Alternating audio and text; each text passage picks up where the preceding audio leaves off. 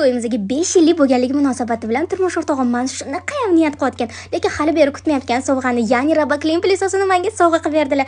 Shunaqa xursand bo'lib ketdim. Srazi plisosni ochib, uni ishlatishga qaror qildik. Birinchi bo'lib zalli plisos qilishni boshladik. Qizlar qo'linglar bilan shunda o'shab tursanglar, ushamasanglar ham o'zi yurib plisos qilar ekan.